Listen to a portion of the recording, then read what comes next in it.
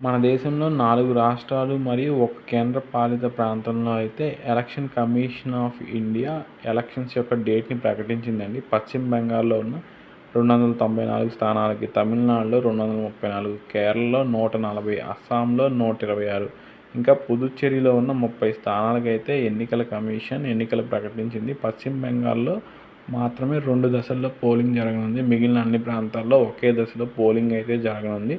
ఈ ఎలక్షన్ యొక్క రిజల్ట్ వచ్చేసరికి మే 4న ప్రకటించనున్నారండి. అయితే ఈ ప్రాంతాలతో పాటు గోవా, మహారాష్ట్ర, కర్ణాటక, నాగాల్యాండ్, త్రిపుర, ఇంకా గుజరాత్లో ఉన్న 8 స్థానాలకైతే ఎన్నికలు జరగనున్నాయి. మన చీఫ్ ఎలక్షన్ కమిషనర్ వచ్చేసరికి జ్ఞానేష్ కుమార్ గారండి. ఇంకా ఎలక్షన్ కమిషనర్స్ వచ్చేసరికి సుఖ్బీర్ సింగ్ సంధు, ఇంకా వివేక్ జోషి గారు. ఎలక్షన్ కమిషన్ ఆఫ్ ఇండియా అనేది ఒక రాజ్యాంగబద్ధమైన సంస్థ, కాన్స్టిట్యూషనల్ బాడీ. ఇందులో ఒక చీఫ్ ఎలక్షన్ కమిషనర్, ఇంకా 2 ఎలక్షన్ కమిషనర్స్ అయితే ఉంటారు. మొత్తం 3 ఉంటారు. దీని హెడ్ క్వార్టర్స్ వచ్చేసరికి ఢిల్లీలో అయితే ఉంటుంది. దీన్ని త్రిసభ్య కమిటీగా మొట్టమొదటిసారిగా 1989లో మరియు 1993లో అయితే చేశారు. అంతకుముందు ఇది ఓన్లీ ఒక చీఫ్ ఎలక్షన్ కమిషనర్ మాత్రమే ఉండే ఏకసభ్య కమిటీగా అయితే ఉండేది. అయితే ఎలక్షన్ కమిషన్ ఆఫ్ ఇండియాని మొట్టమొదటిసారిగా 25 జాన్వరి 1950 అయితే స్థాపించారండి.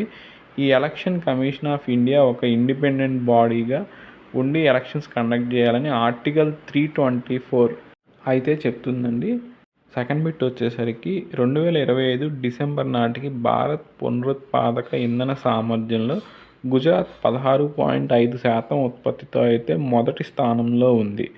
ఇంకా మూడో బిట్ వచ్చేసరికి జీవ వైవిధ్యానికి, పర్యావరణానికి నష్టం కలగకుండా చేసే సాగు విధానానికి కేంద్రం అందించే ప్రమాణ ధృవీకరణను అయితే మొట్టమొదటిసారిగా ఏపీ రాష్ట్రం అందుకోనుంది. ఇది ఏపీ అటవీ శాఖ చేస్తున్న యూకలిప్టస్ సాగుకైతే ఈ ధృవీకరణ అందనుంది.